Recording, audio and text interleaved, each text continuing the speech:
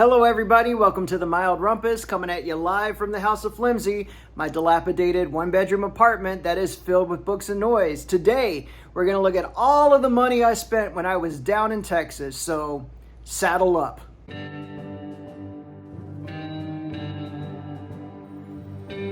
So, long story short, Houston was declared a disaster area, so I knew I had to visit. And it was a bit of a hot mess, I'm not gonna lie. A lot of people that we know did not have power. We were fortunate to have power where we were, but I mean, our first stop, of course, was a Mexican restaurant.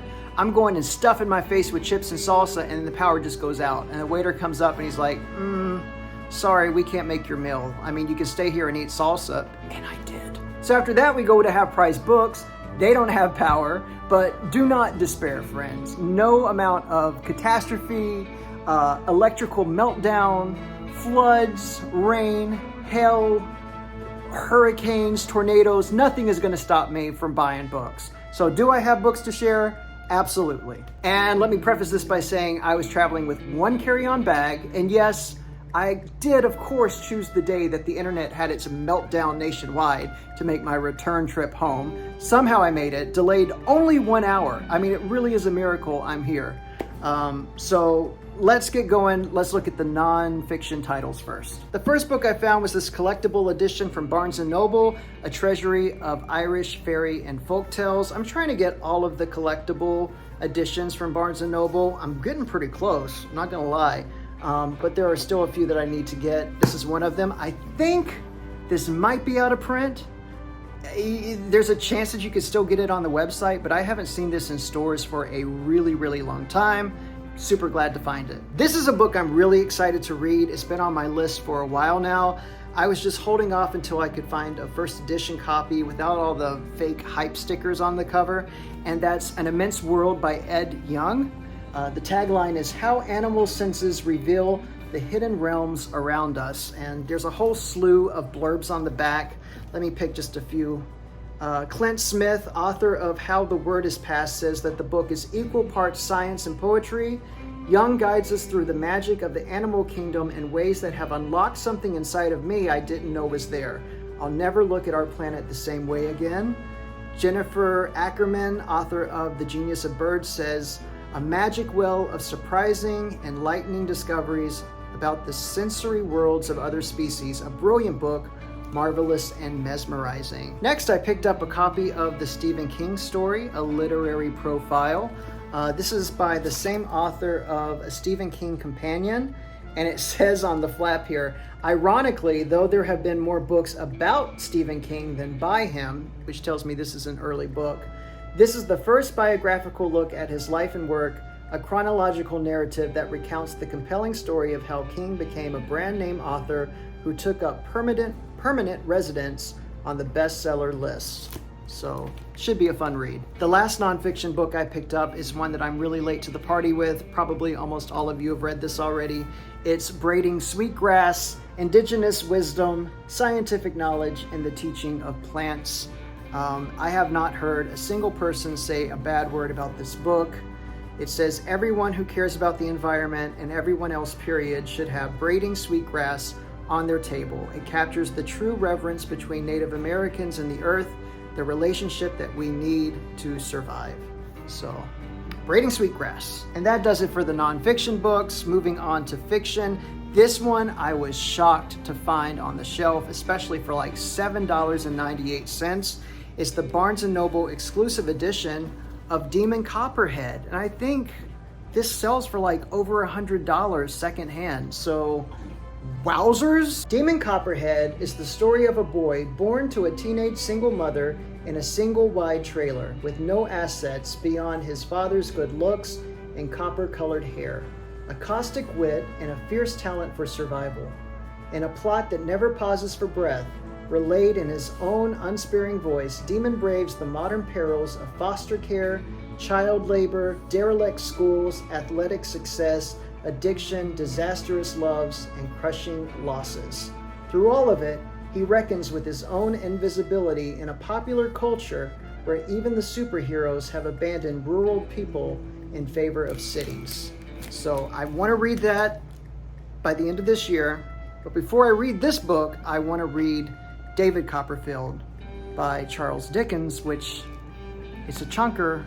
So I'm thinking maybe I'll tackle this sometime maybe in December. Now this is a book that I already own, but it's the special edition and it was only $2, so I really couldn't pass it up. And my copy is a first edition that's signed by the author, so I'm going to use this as a reader's copy, and that's The Invisible Life of Addie LaRue by V.E. Schwab. I think the only things that make it really special are its cover. It might have an introduction. $2, how could I not? This is another deal of the century. I really can't believe that I walked away with this book for like, again, $7.98. It's a first edition signed copy of In America by Susan Sontag. Like, what? What? All right, how are we doing? There's only 4 books left. Hang in there.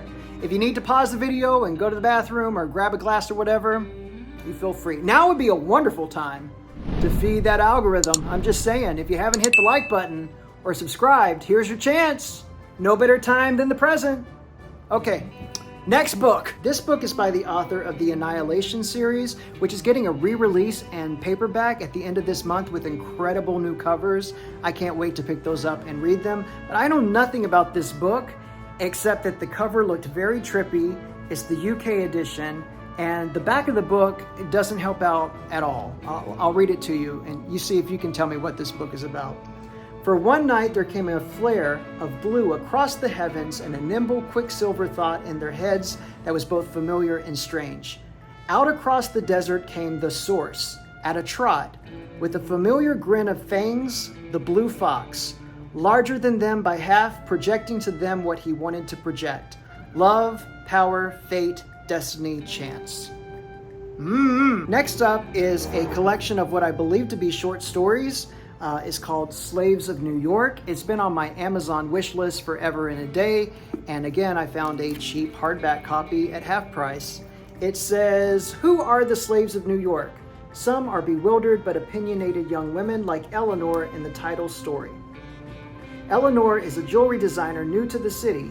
She lives in one room with her artist boyfriend Stash, who paints heroic canvases of Bullwinkle the Moose and Quick Draw McGraw.